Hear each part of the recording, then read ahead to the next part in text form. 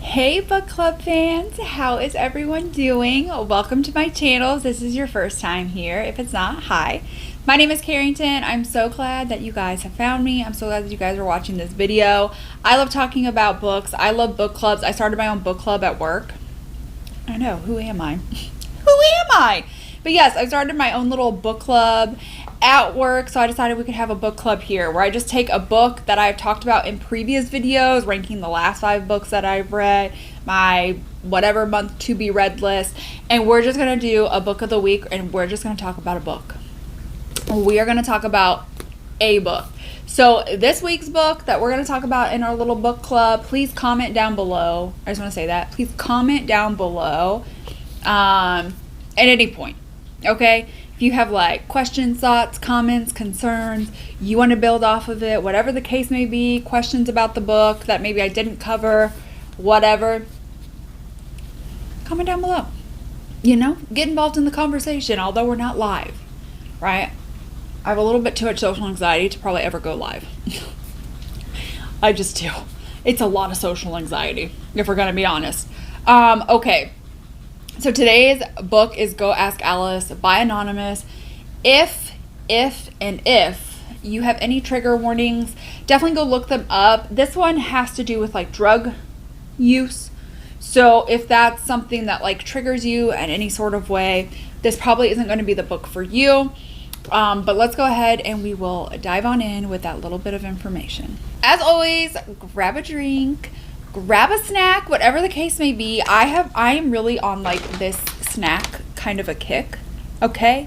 These are like these little, like these are Dots pretzels. Those are cinnamon sugar ones.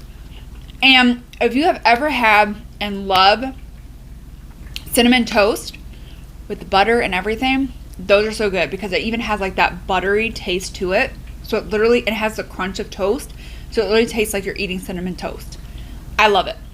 I love it. And of course, we love a basic soda here. We love a basic soda. Honestly, I love any soda, but I love a basic soda. And honestly, you can come in the comments and say soda's bad for you. I literally don't care. I do not care. It makes me happy. I drink one a day. Let me have my happiness for one a day. Just let me have it. First and foremost, this is actually a real person's diary. So this is set up in like a very diary way. This actually is somebody's diary. It was found later on. It was submitted. It doesn't ever give anybody's like names, anything like that. So to like protect like their identity, things like that. But this starts off where like the main character, the one that's writing in the diary, is like a really good kid, does really well in school.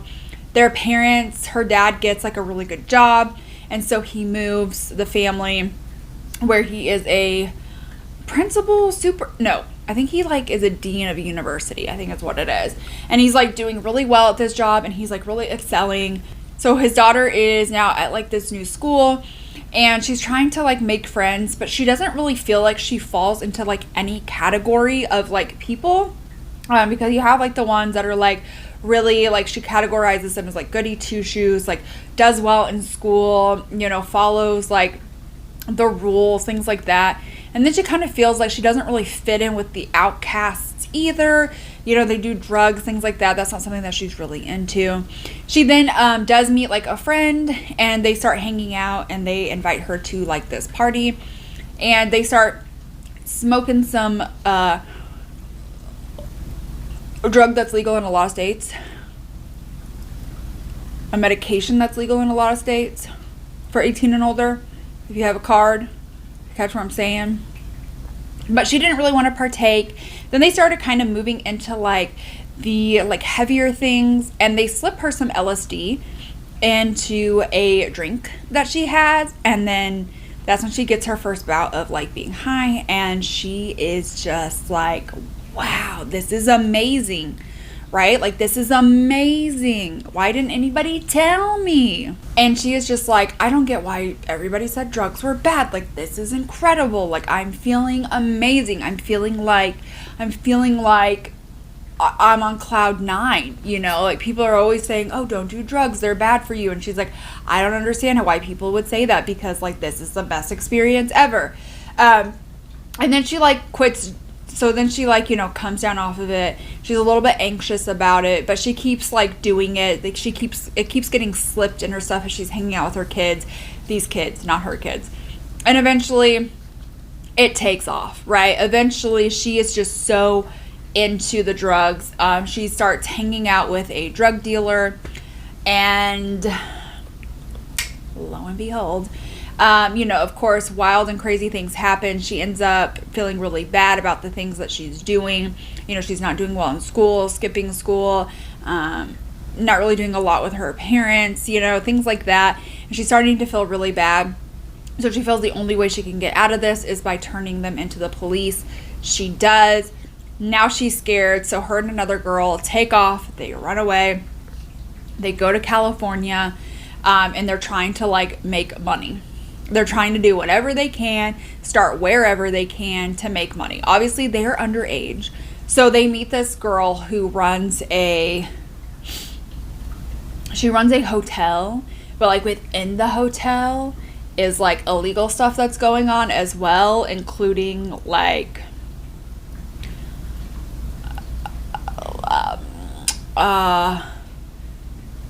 sex workers and things like that.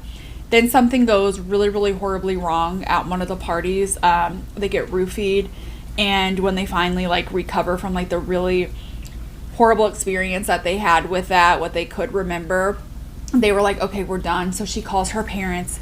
They come and they pick her up. They bring her back. They're really excited to have her back. They're trying to put everything into place so that a way she can feel better, more accepted, you know, about being back. But then once she starts going back to school, you know, she's on the clean and narrow. You know, she was in rehab for a little bit. She thinks she's doing really well. But then she's starting to really get like bullied by the ex group of friends for not partaking anymore. And they are just like, I mean, like relentlessly bullying her. And she feels like she has no other way out. And, you know, she's like telling her parents about these things. And, you know, instead of her parents being like, well, why don't you go live here? Or why don't you go move here? Or let's like try to make other arrangements. You know, the dad's really successful in this position. So they're just like staying there and telling her, just stay away. Which, you know, she is trying. And I know that it can be so hard to do that as well. When you're just constantly being like, having that thing that you crave just to keep being shoved in your face. Whether that be, you know, whether that be something like this, or whether that be alcohol, or whether that be money, or whether that be gambling, or whatever the case may be, right? It would be so hard if you struggled with that, for that to just keep constantly being put in your face. But she was doing really, really well.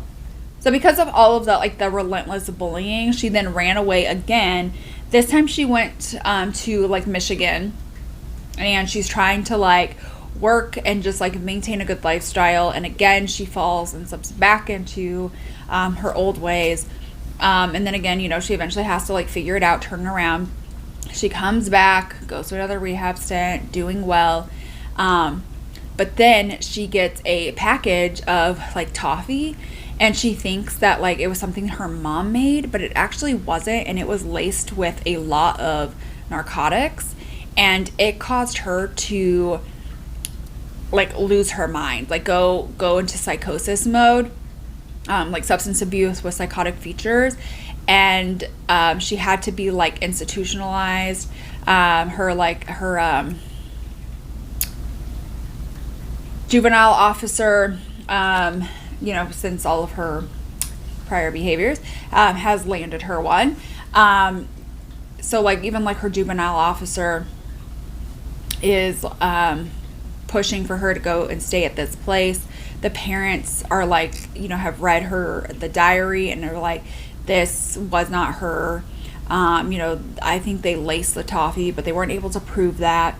So she eventually like gets moved, and she's really on the straight and narrow, and she is doing really, really well. She finally gets out. She's able to go home. She starts making friends with more of like the like the goody, who she had classified as like the goody two shoes, and she's really starting to try to like ignore like those other people, like trying to push her to go back into doing the things that she was doing before, but she's really like sticking hard and standing firm, and like she doesn't want to. That's just kind of what this whole book talks about. It's just kind of the inner turmoil that she is feeling, trying to juggle having an addiction and not being able to leave. And, you could say the parents really should have done something different or better for her. Should have tried to get a job someplace else, or sat her up with a family member, or just something to try to help make her more successful, or whatever the case may be. And, the reality is, I know a lot of people are probably like, people aren't just like handing out like free stuff, or lacing it with stuff. And like, in terms of like at Halloween, okay, the whole reason why like that whole candy story even came about was something completely and totally different, because he like was trying to kill those people. But like ever since then, like the FBI has taken candy, analyzed candy, and like don't find a correlation. I think like throughout all of the years, which has been like 50-60 years at this point doing this, maybe it happened like once or twice, but usually it was confined, controlled, and they were able to link it back to one specific person that was intentionally trying to kill these people, and not just like we're randomly doing it for everyone. But it does happen where like friends or things like that will just put something in, in something, in some brownies, some gummies, and give those to you and not tell you. So those are kind of like the things that are happening in this book. And she's just trying to grapple with like trying to be like a good daughter and get her life on track while having all of these like things thrown in her face. And she was really, really struggling with it. And I thought it was really good. Unfortunately, at the very end, it seems like her life is doing so good, to the point where she's like, you know what? I don't even need a journal anymore. She's like, I feel like my head is just so clear, because she was journaling before this too. Because again, she was just kind of struggling with like turmoils and like trying to find friends and things like that. So she just kind of relied on this diary. But she felt like her life had turned around. She had found like a specific set of friends, things like that, and that things were going so well. And she was like, I don't need this anymore. Like, I don't need that anymore. And she felt great that she didn't need that anymore. And so she just stopped recording. Unfortunately, 3 weeks later, her parents did come home and did find her dead. As for, was it again like somebody had sent her something, given her something? Was it of her own free will? They don't know. She did have a history of it, of substance abuse, so the police just ruled it as an overdose, and it's been closed ever since then. We'll probably, we'll likely never know who it is, whatever happened, but it was just really gut-wrenching that was the end. And again, this is a true story. This was actually this person's diary.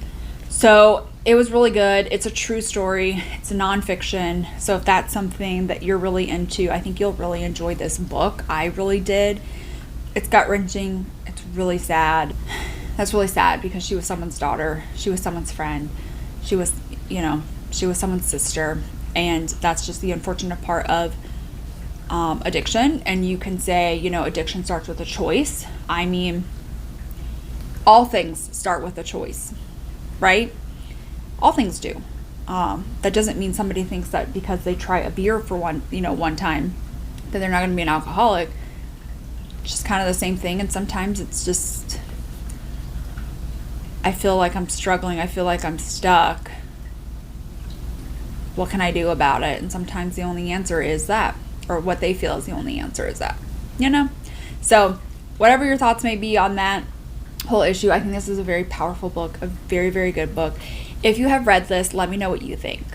How did you find the ending? How did you find the details of the story? Do you have any questions still that maybe weren't explained in this book that you just kind of wanted to know about?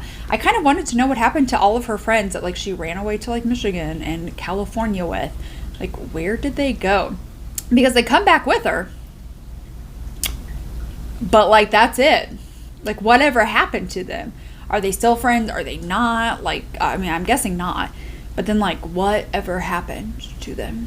Is this a book you're wanting to pick up? Is this a book you would like to see maybe made into a movie? Let me know all that down below. Let me know your thoughts. Thoughts, not thoughts, but thoughts. Thank you. Thank you for coming to today's TED Talk. But that is it for Book of the Week, this book club. Let me know what you guys think down below. Let me know if there's any books you guys would like me to talk about that I haven't yet. Let me know if there's any books you guys would like for me to read. Let me know all of that down below in the comments.